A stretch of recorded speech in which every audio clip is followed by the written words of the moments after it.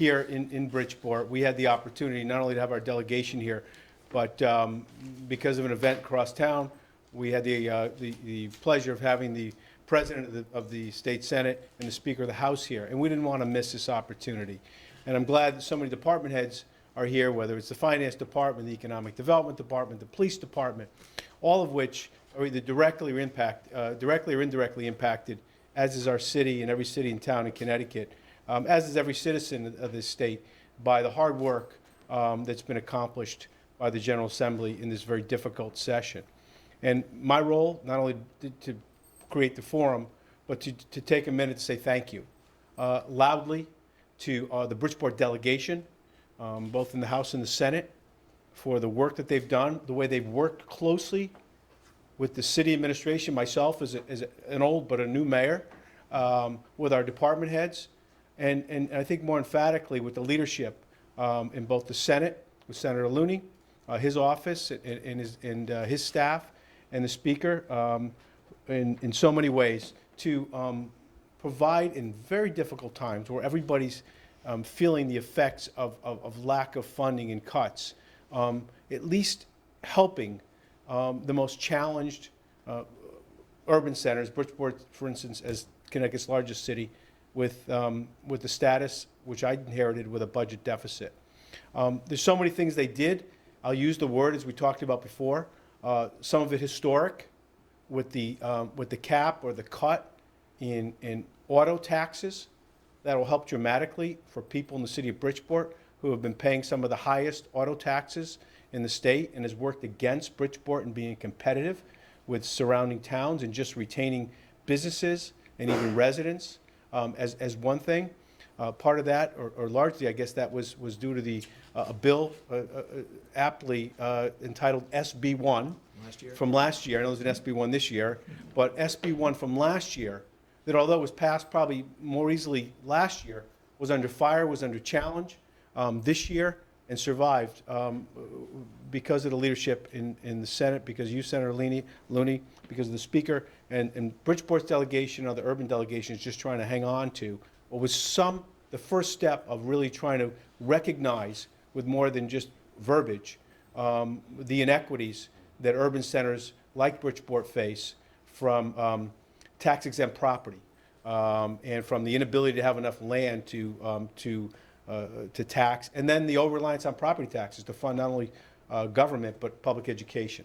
I'm going to stop there. There's a whole list of things that were done in this very difficult session that I think were worth noting, but I want to first turn, and one of them is going to deal with education, and I'm going to pause for a minute and I'm going to turn it over to the Speaker.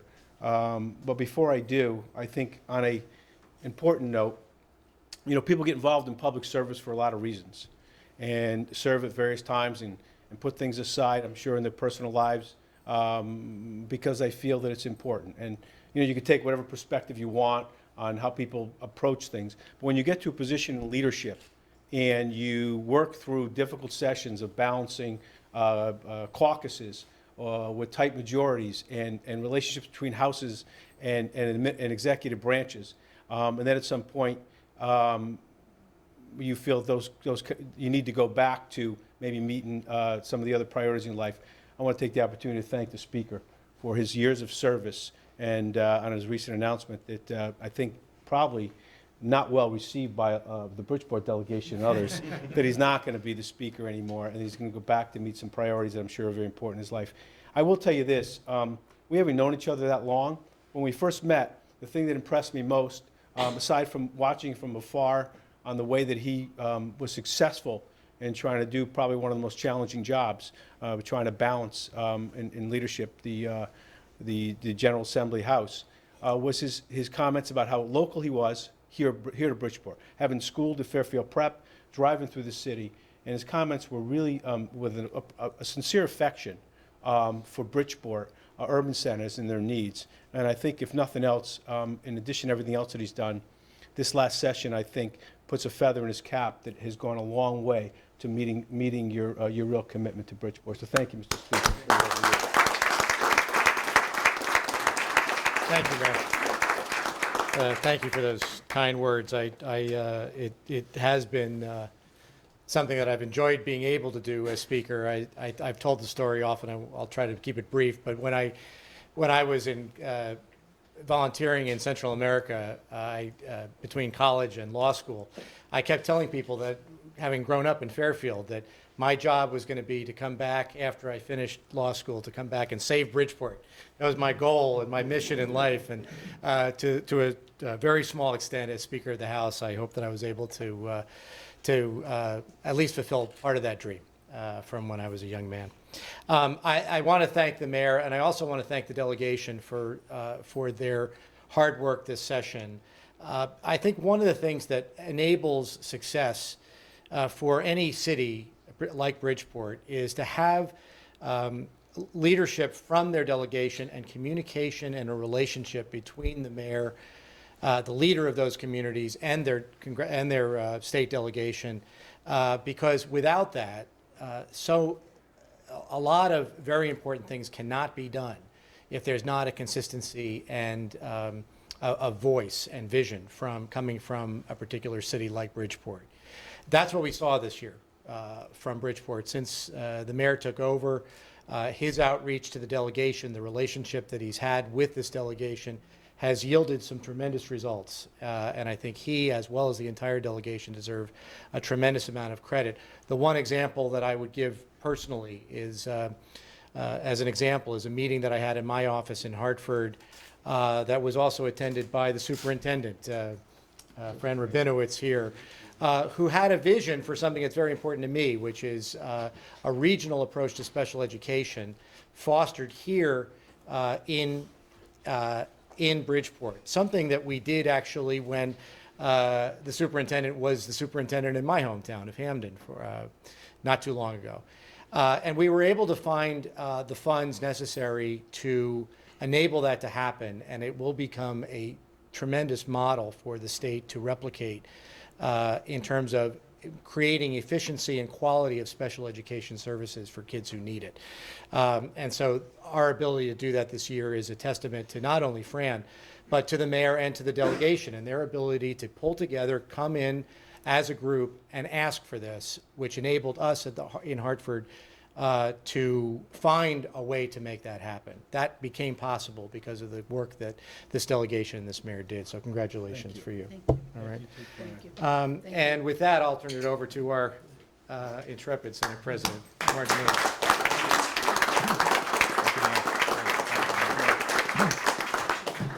Thank you, Mr. Speaker. Thank you, Mayor. I wanted to thank Mayor Ganim for his extraordinary work in the past session as an advocate for not only for Bridgeport, but the urban areas of our state. Of course, Bridgeport, with the largest population in the state, has a particular story to tell about the needs of urban areas. Small population, lots of tax-exempt property, tremendous needs, and Mayor Ganim, together with Mayor Bronin of Hartford and Mayor Harp of New Haven, were very effective in coming up to testify at public hearings as advocates, meeting with the legislature. And I think in large measure, Mayor Ganim and his two colleagues as the mayors of the other large cities also deserve a great deal of credit for working together as a group of the three urban mayors and the three urban delegations, I think, of New Haven, Hartford, Bridgeport, working together very closely on a variety of issues of common interest. And despite the fact that we had a very difficult session, a challenging session in which we had to make major cuts to the budget previously enacted because of declining revenues, we were able to preserve a significant advancement in municipal aid, and the initiative that we passed that Speaker Sharkey and I worked so closely on, along with many of the legislators here, Senator Moore and Senator Gomes, passionately committed to this. The initiative that we passed in 2015 to have some of the some of the revenue from the sales tax now move toward property tax relief, because we hear from everyone that despite what we hear about taxes in general, it is the property tax that people find the most burdensome in our state. And after years of talking about it, we finally took action in 2015 with the three components of that bill. That is, first of all, recognizing that not all communities have the same level of need for pilot funding, because some communities like Bridgeport, like New Haven, like Hartford, like New London, have extraordinary amounts of tax-exempt property. So that nearly 50% of the property is tax-exempt in some of those communities, as opposed to more wealthy and affluent communities where the level of tax-exempt property is under 5%. And yet, until last year, the level of pilot reimbursement was the same. It didn't take into account the relative needs. So we now created a three-tiered structure for the pilot reimbursements, and the communities with the most need are at the top of that. In addition, we also recognized, after years of talking about it, that the car tax is one of the most inequitable aspects of the property tax, because while real estate values might be dependent upon location in some places, a car is the same car wherever it's located in Connecticut, and yet we had a disparity between the city of Hartford with a mill rate of 74 and some communities with a mill rate of 11 or 12. That was really, really unjust. And now in capping the car tax rate at 37 mills, it is a benefit to communities like Bridgeport, communities like New Haven, like Hartford, Waterbury, others, because now the taxpayers will be held harmless at 37 mills. They'll have to pay up to 37 mills, but the communities will get a grant from the state for the difference between what they raised at 37 mills as to what their rate would have been if they had applied the previously high mill rate. So it's a benefit both to individual taxpayers and also to the communities themselves. The third category of that bill, as we know, was a general distribution of sales tax revenue to other communities who may not have qualified under the pilot part or under the car tax part for assistance. So despite the fact that we did have to make significant reductions in the budget, there is overall a $50 million increase in municipal aid for fiscal 17 over fiscal 16, despite the number of cuts and the hardships that we faced that year. And it was largely measured to the strong advocacy efforts of Mayor Ganim, his colleagues here, Senator Moore and Senator Gomes in Bridgeport, who were passionate about this in caucus and on the floor, Bridgeport's House delegation as well, and we had a very strong team effort that I think came through with a number of valuable achievements despite the challenges that we faced. And I'd like to also join the mayor in thanking Speaker Sharkey for his years of service. We've worked closely together, both representing Hamden. We've known each other for more than 20 years, since I was first the state senator representing Hamden, and he was then a chief of staff to the then mayor of Hamden, Mayor Clayman. That goes back a long time. But during all that time, he is, of course, a leading light in terms of moving the state toward patterns of doing things on a regional basis, which is something that we have to face up to, that we have to make sure that in the future more grants are going to have to be conditioned upon regional approaches to doing things. We just can't have money flowing in an inefficient way to 169 fiefdoms that really are not capable of dealing with the reality of what we're facing right now. So for his achievement in that, I think putting us on the path toward a greater sense of putting regionalism on the table as a significant issue in the state, I think the state should always be grateful to Speaker Sharkey. Thanks. Thank you.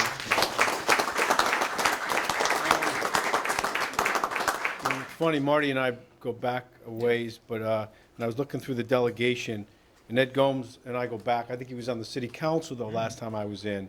And so this delegation is somewhat new to me. I'm new to them, at least as mayor and as a delegation. I had certainly the opportunity and the pleasure of working with others in the past delegations.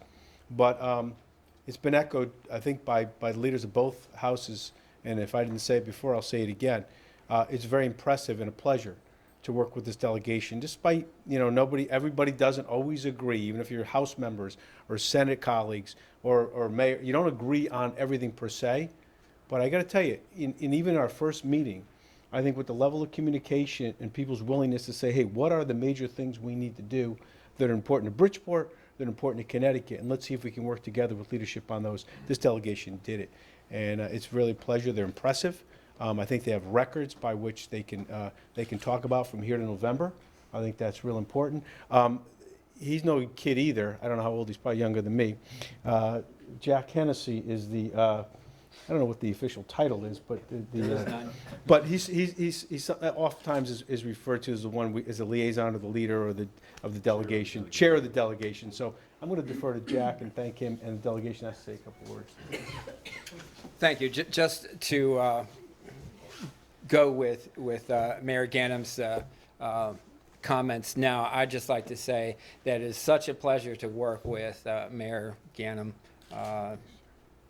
This for me, I've been in the legislature 12 years, and this is the first time that such open communication and receptivity and basic common respect has been offered to the delegation, and I just want to thank you for that. I think that really made a big difference. In regards to the Senate Bill 1 that President Looney was talking about, there was such pushback to unravel that. And one of the things that we as Democrats said, no, we keep our promises, even within these difficult times. And so I'm very proud that we did do that. We did a number of things, and I'm sure members will be speaking on the different accomplishments that we did. I'd just like to close with thanking our Speaker, Sharkey, who has been just marvelous, and it's been such a pleasure working with you over these years. Your leadership and example as what a legislator should and can do, I find very enriching. And the delegation has been wonderful. We have all worked together. We may not agree on everything, like the mayor says, but one thing we do agree on, and that's Bridgeport. Bridgeport's comes first, and I think it's moving forward. Thank you. Well put, Jack. Thank you very much. I gotta be careful with my words when I talk about senior or junior senators here. So, Mr. President, who's the senior, not by age now, senator that should be? I don't know what the Senate protocol is. Is it Maryland? Probably so. Senator, why don't you come up? Bring Ed up with you too. He's no youngster. He can come up too. They always pull ranked up. It really is appropriate for Senator Gomes to stand with me because I'm really became in love with being a senator by being his legislative aide and realized I could do this too. And rather than be the aide, I'll go back and be the senator. And everything that we do, we've made it really clear that we come there as a team. I understand I represent Trumbull, Monroe, and Bridgeport, but I was born here. And I know the needs are so great here. And I have to balance those needs between who has something and who needs a little bit more. And that's what I've tried to do in this first session. I want to say I could never do any of this without Senator Gomes because we sit down and we say, what are our priorities in the Senate? And then we work very closely with the delegation from the House. And I want to say, even though this is my first time, I want to say to Mayor Ganim, from the day you stepped in as the mayor, you were willing to sit down and find out what didn't work before for the delegation and what do I need to do and how can I help? And I think you did that every single day with us, and I appreciate that. Totally. I just want to say, because you helped us with leadership, you helped us with guiding, and I think even though we have a strong delegation, I think you pulled us together to say, what can we do as a team? And I really believe we did the best job that we could do, considering the times. And I just want to say to the Representative Sharkey, Speaker of the House, that he was open to everything that when we sat down, and that was really wonderful for us also. And then President Looney has been very helpful in, as a new legislator, explaining to me how things work and how we get stuff done. And we didn't waste a lot of time. I think we were very diligent in everything that we did. And we had some pet things that we wanted to take care of. One was the University of Bridgeport, and I sit on public health, and that we didn't get everything we wanted.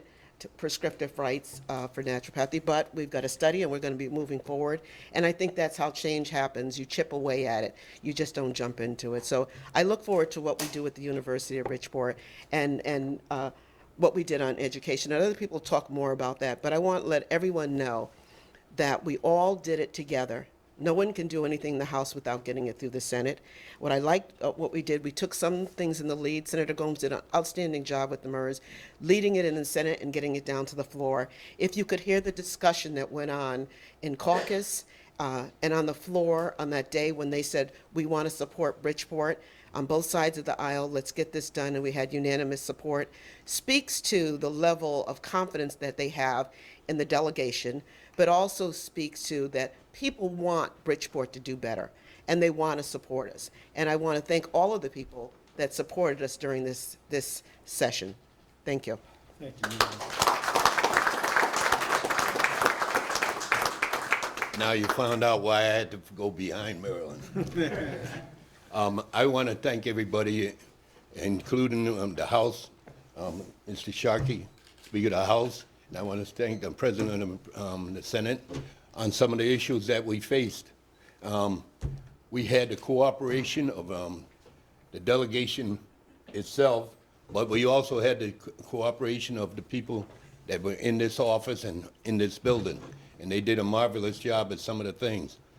One of the things we talked about, they haven't talked about, but it's one of the things that was near and dear to the mayor's heart, was the MERS, which is the pension agreement, and the pension agreement was out of structure, it was out of line, and we owed a lot to it. And what we did is, with their help and the research they were doing and the working they were doing with these two people here, we managed to come out of it and restructure, and through amortization, restructure the whole thing. And what we managed to save, believe it or not, was $5 million the first year and $5 million the second year, and the rest of it is structured out. But that was a big thing to plug, and let's get it right. That $20 million budget, that gap is here, and we're trying to close it little by little, doing what we have to do, whether we do it here in the city of Bridgeport, or whether we do it in the House, or whether we do it in the Senate. It's something that all of us here together are doing. We have a delegation here in Bridgeport.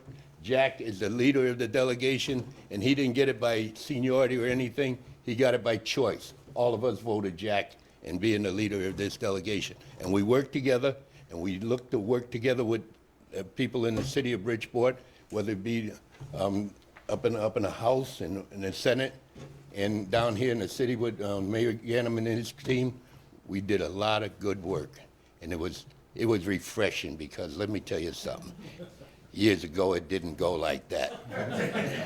And we are bragging about this delegation because it's true. This delegation works together for Bridgeport. Nobody gets ahead of anybody else. We get together and we finally work out what we're going to do, and it has worked. Thank you very much.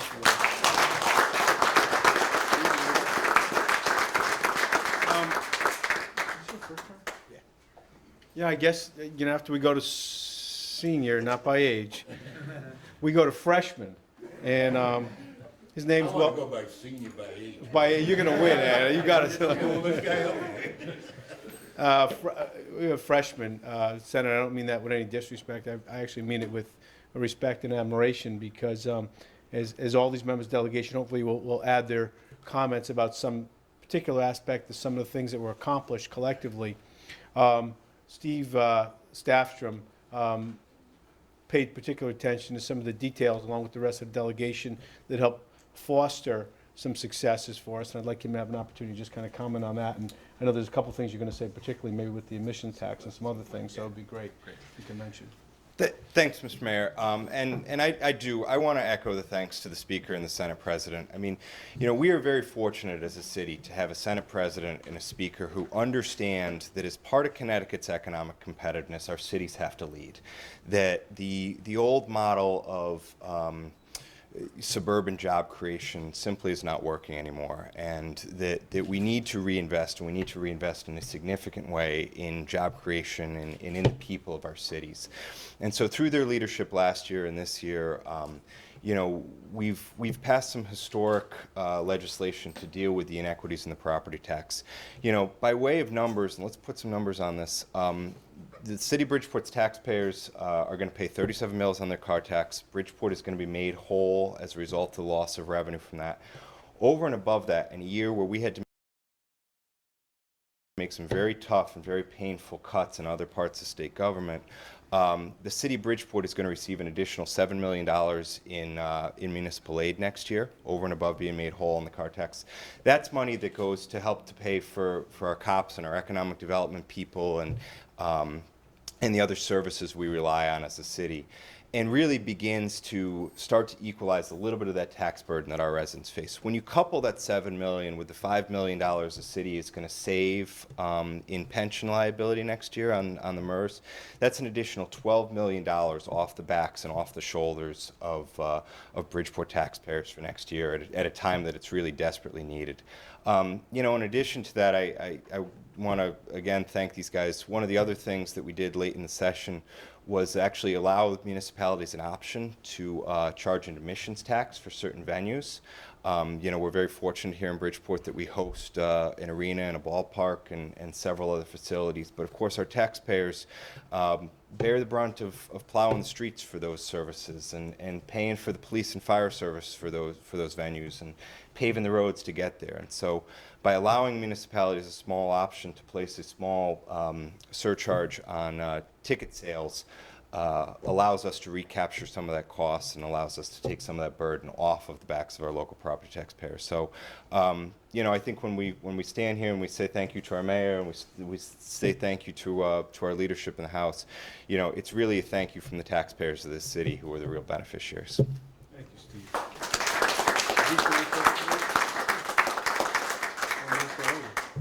I think you know Ezekiel Santiago as well. I think he's got a particular, whatever he wants to say, but I know particularly with regards to the University of Bridgeport as well. I know the delegation worked hard on that. That's true. Thank you, Mayor. There are a few other things that I wanted to highlight. As the chair of the Appropriations Subcommittee of Conservation and Development, I'm very proud that I was able to fight to ensure the restoration of funding for important amenities and economic drivers such as the Discovery Museum, the Barnum Museum, the Beardsley Zoo. Those were line items that were going to be cut from the budget if we didn't fight to have them restored. I think that's very important. Opportunities for the long-term unemployed, things such as that nature that help people in Bridgeport, I think something that we should be proud of. Another thing that I'm very proud of is the fact that we were able to pass legislation that we've been fighting for years now, and that's to the benefit of the University of Bridgeport, and in my opinion, to the city and the state as a whole. One of the things that pleases me the most is that we had a strong lobby fighting against us, which is one of the reasons why it took years to get it done. But with that happening, the delegation finally came together and said, we're going to fight this, and we're going to do our best to make it happen, and we were able to do so. So if it's okay for Dr. David Brady of the University of Bridgeport and Mary Jane Foster, if they could just elaborate just a little bit really quick, it would be appreciated. Thank you. Hi, I'm Dr. David Brady, the Vice Provost of the Division of Health Sciences at UB.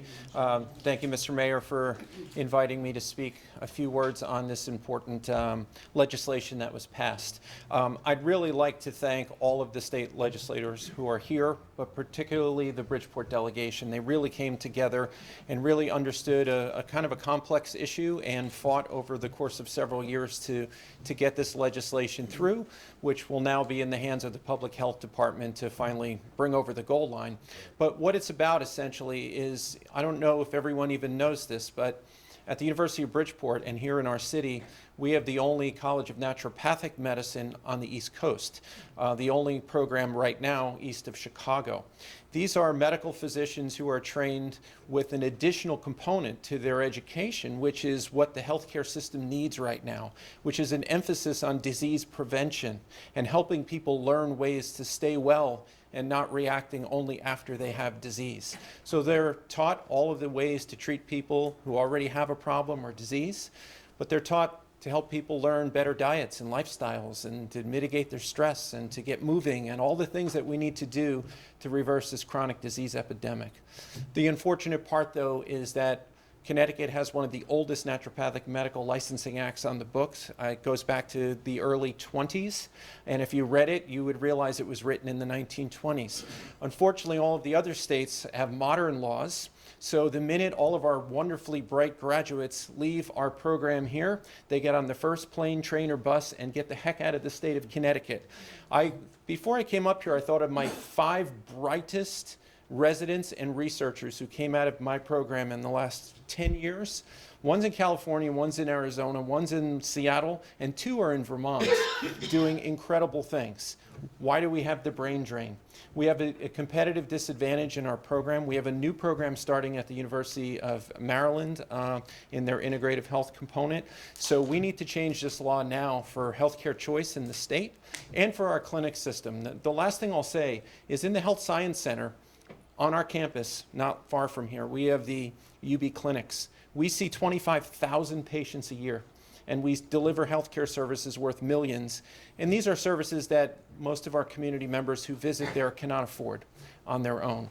We can probably double those patient visits and include much more care, full comprehensive primary care services if this law is enacted. And that'll probably mean 100 more graduate students, 25 more faculty, more researchers, and their families living in this community and spending their dollars. So thank you, everyone, and let's get it over the goal line in the Public Health Department. I'll let Mary Jane speak a little more.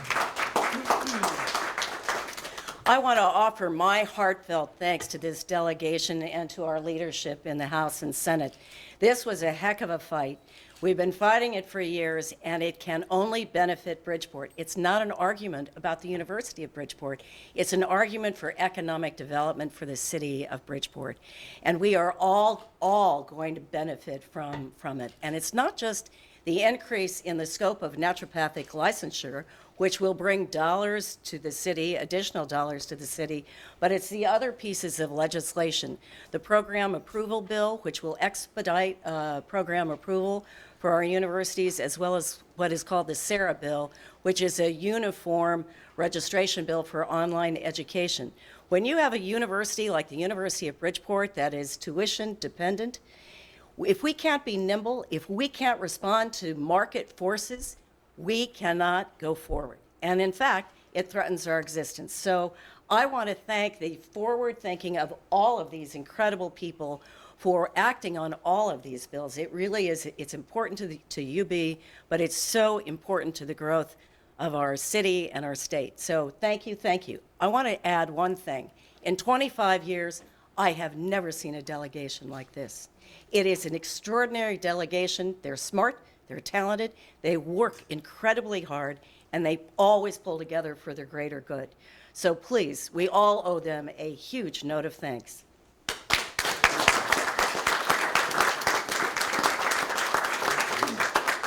And before I ask the speaker to come back up, with the superintendent of schools who's with us, I think to highlight a closing point in education, Representative Chris Rosario, who's worked diligently as well. I know he has he can add not only to what's already been said, but I think some other important points that haven't been mentioned yet. Chris, please. Thank you, Mayor. Good morning, everybody. I want to thank our Senate President and our Mayor for the hard work that they did this session, but I especially want to thank our Speaker, Brendan Sharkey, because no issue was too big and no issue was too small, whether they were the car tax or education, special education bill, but when it came to everyday quality of life issues that impact everyday Bridgeporters, whether it be creating a study to task force, the study for hoarding, or the bed bug bill for our low-income housing units. And I see we have members of our police department here, police and fire.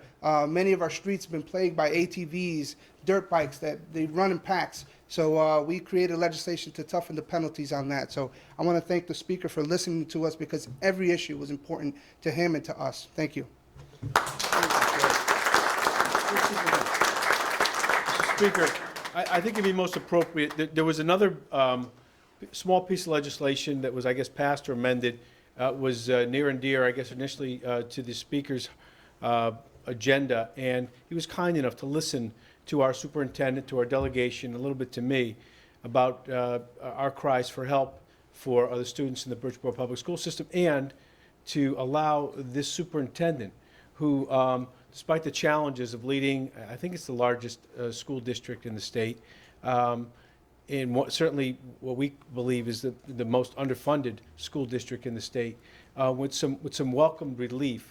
Because of their relationship in the past, I'd like to think certainly because of the Speaker's relationship with the Bridgeport delegation, but I think especially, frankly, because of his relationship in the past working together in Hamden, they were able to come to quick agreement in ways in which that we can get some help in Bridgeport. So, Mr. Speaker, turn it back over to you along with our superintendent. Thank you, Mayor. Just briefly, what I was referring to earlier was that one of the things that we all know, I think, in Connecticut is that the cost and quality of special education is actually risking our ability to provide quality special education in our state. And there is a lot of money being spent on special ed, but not very efficiently.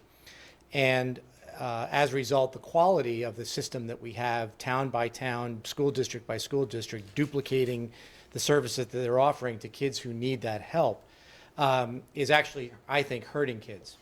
And so in Hamden, originally under the leadership of then Hamden Superintendent of Schools, Fran Rabinowitz, we adopted and created a regional hub of special education services.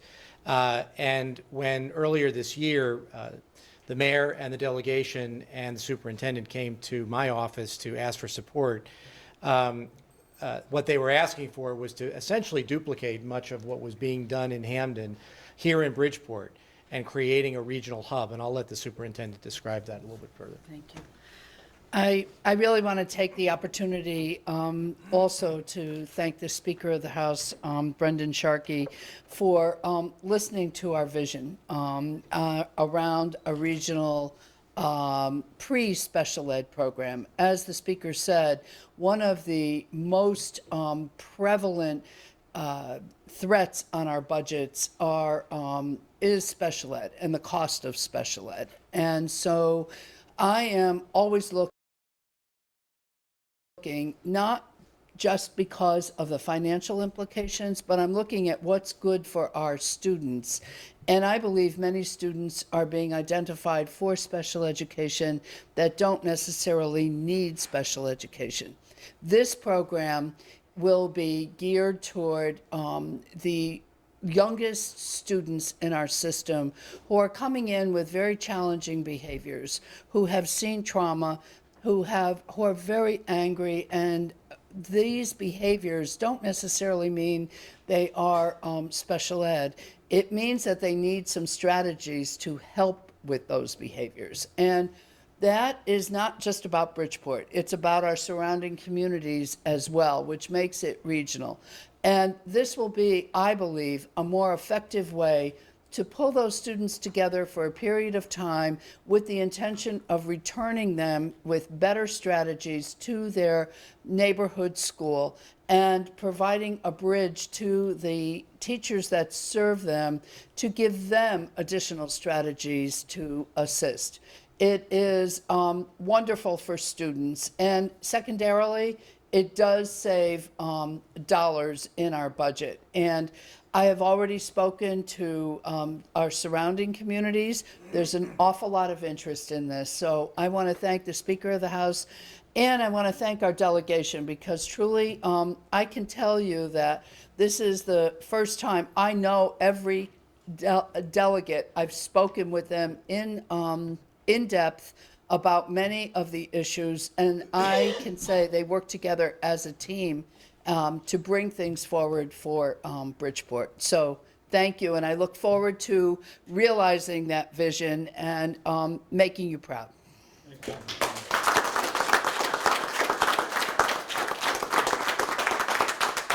For any of us, questions for any of us? Go ahead. For me or for the speaker? For superintendent? Bridgeport school system is facing the loss of 171 positions, aides, guidance counselors, homeschool coordinators, 2 days off the school year, longer bus rides. They got $1 million less in ECS funding and a couple million less in Priority Alliance transportation. So I'm wondering if the delegation can address that. The delegation. Anybody? Jack? Oh, come on, the president will come up. First of all, I think we have to take in context, as I said earlier, we were cutting over $800 million from the state budget. We had to face a deficit of $963 million for fiscal 17. And despite that, overall municipal aid was increased. So while some grants are cut, Bridgeport is getting, I believe, $7 million more for fiscal 17 overall than it got in fiscal 16. New Haven and Hartford approximately the same. And I think that was a significant achievement given the level of cuts that we had to make elsewhere in the budget, given the fact that this was for the first time in over 40 years that the bottom line for the fiscal 17 budget, general fund, is actually a little lower than it was for fiscal 16. It's not happened before in the living memory of just about anyone else. But the fact that we were able to prioritize municipal aid to the extent that we did and preserve it to the extent we did, I think was a major achievement of this budget.